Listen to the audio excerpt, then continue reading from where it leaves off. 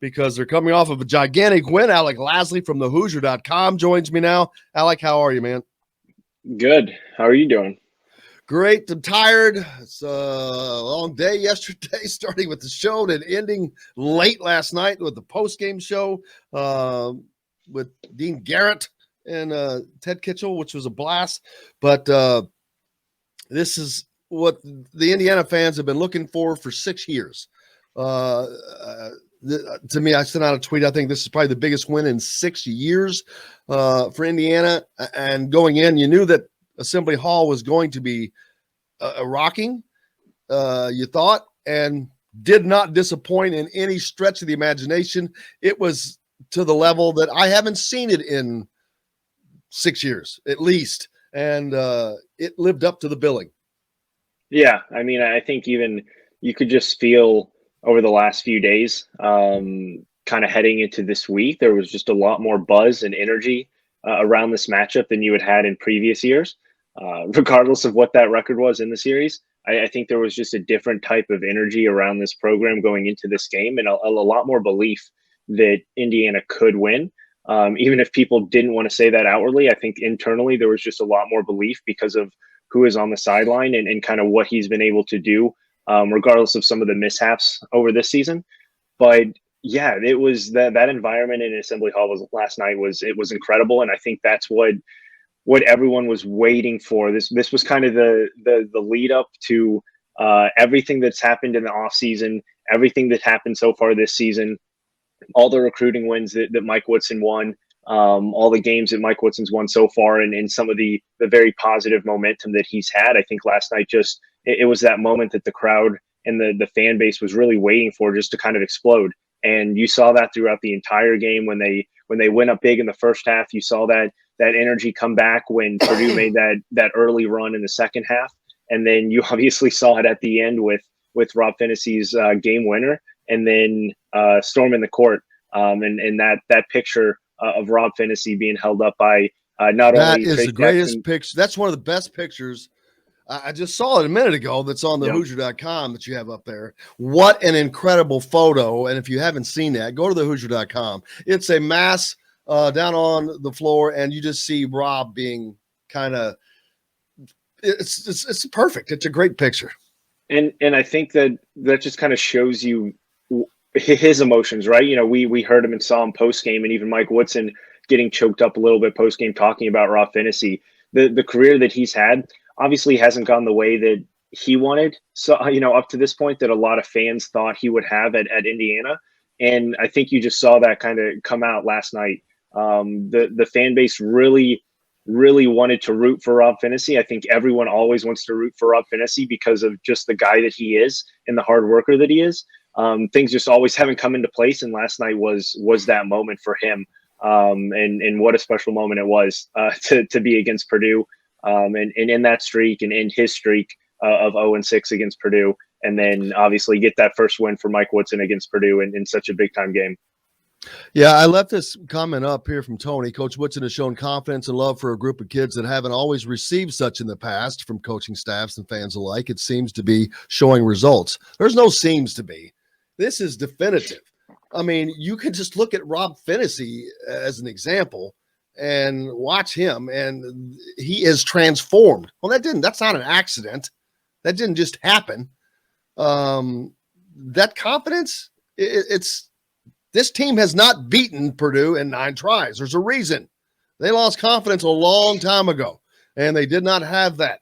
And we've heard the clips from both Rob and Mike Woodson talking about the conversation they had. That stuff didn't happen before. It is making a major difference for these players, Alec, as individuals, and it shows. And I think even if it's minimal, I think you've seen the growth in almost every single player at times throughout this season. And regardless of if Mike Woodson is outwardly saying it to the media and to these fans about any of his players, obviously Rob Phinisee being the one who seems to get talked about the most in terms of his relationship with Mike Woodson. But I think you now see just the growth, the confidence that he's instilled in all of these guys. And we've talked about it throughout the entire season, but I think you're really starting to see it now. And especially a guy like Rob Finney, who, as we've talked about, just seems kind of broken mentally throughout his career, especially coming into this season. I don't think a lot of people expected a lot out of him. I don't think a lot of people expected him to play at that significant level that Indiana really needed. And obviously, at times this season he has, at times he hasn't. I think he still needs to find that consistent mark there. But man, last night was not only his best game in an Indiana uniform. It was his best first half. It was another big time shot that he seems to make throughout his career when Indiana really, really needs it in close games. And it was just, I think the expression that Mike Woodson and that reaction that Mike Woodson had after the game obviously was huge for him to win that game. But I think he had an extra special moment knowing that it was Rob Finney hitting that shot and kind of seeing everything come full circle from when he first took the job to that pregame speech that he had with Rob Finney to then obviously seeing that shot and seeing the reaction afterwards. Absolutely. And it's just fun to watch. Rob played with confidence for the first time ever for me. That kind of confidence, I think. But that was a different kind of confidence. We've seen confidence from Rob Finney before, but that was hey, get on my back. I'm going to carry you guys. And it started in the very beginning because Yep. Didn't he take a shot like 10 seconds after he came into the game, a three, Yep. and just put it up and bam, he just come and in. It was a confident shot. He didn't hesitate, and that's the thing. When he doesn't hesitate, he can be a good shooter, but he seems to hesitate because he doesn't have that confidence typically. And last night, just that first shot, I think once he saw that go down, even the couple misses that he had, throughout the second half there, even though he didn't get a ton of shots in the second half, the fact that he told Mike Woodson that he wanted the ball in his hands and he wanted that last shot, I think just shows you what type of player he was last night and what type of player he can be. So I think obviously Indiana fans shouldn't expect this kind of performance from Rob Finney every single game going forward. But I think you can expect a much more confident player on the floor in whatever role that he needs to play. And I think that's the best thing for a backup point guard and for a point guard for a Mike Woodson team so far that we've seen throughout his tenure here is you need a confident point guard and you need a confident point guard in his role. And we saw that with Rob Finney last night, needing to take the big shots, needing to put the team on his back a little bit and score the ball. And I think you're going to see a much more confident in his role type player throughout the rest of the season here, whatever that role may be. It'll probably change game to game, but I think you're going to see that moving forward. Well, and I asked this question earlier. What would this game have been like had Trayce Jackson-Davis stayed in? Had he not had to go out? I don't know that they wouldn't have relied on the guards as much probably, and it may have changed the outcome. So unbelievably as this is to say, having your All-American on the bench may have been the best thing for Indiana last night because it put Purdue into a situation that they did not expect. They were planning on Trayce Jackson-Davis. They were planning on having to deal with him and Race Thompson. They were not planning on not having to deal with him and having to deal with Xavier and Rob knocking down shots all night. That was not part of the plan. And Zach Edey, with all of that, with Trayce Jackson-Davis spending all that time on the bench, how in the hell does Zach Edey only score 12 points and only put up 6 shots?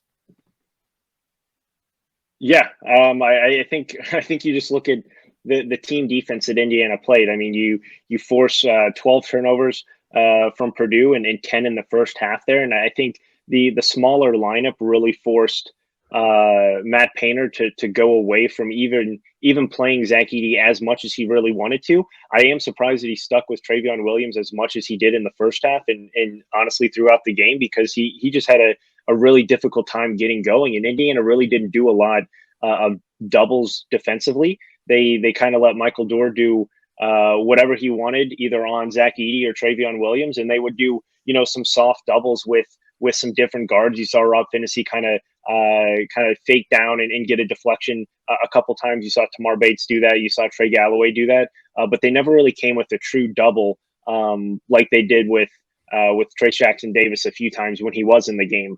Or even they did it with Michael Dorr once, where they had a really hard double from their other big man. And I think we've seen at times the one thing that Matt Painter struggles with and his Purdue teams struggle with is smaller teams that are a lot quicker, that have a huge matchup advantage, and he struggled to adjust to that. And I think last night was a key to that again. And you didn't really see two bigs in there. You really didn't see Jordan Geronimo in there a lot in the second half. It was a lot of four guards around Michael Dorr or Race Thompson.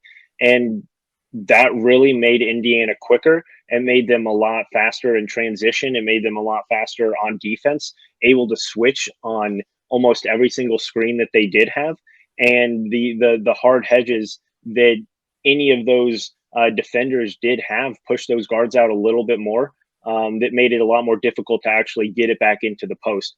And I think that's the key when playing Purdue is you got to go smaller, you got to go more athletic, and you got to be quicker. And that's what Indiana was last night. And I mean, that shows. Obviously it doesn't show everything defensively, but fast break points was 19-0 for Indiana. And that just shows you obviously getting those turnovers and then getting out in transition was a key part to that game. And you're not going to do that if you play Trace Jackson Davis and Race Thompson on the floor at the same time. And honestly, I just think Trace Jackson Davis is not a very good matchup against Purdue. As good as he is, he's just not able to kind of bang with those big bodies. He's a very physical player, right? But he's not that type of post defender. He's a lot better on the weak side. And that's where he gets most of his blocks is off of the weak side help.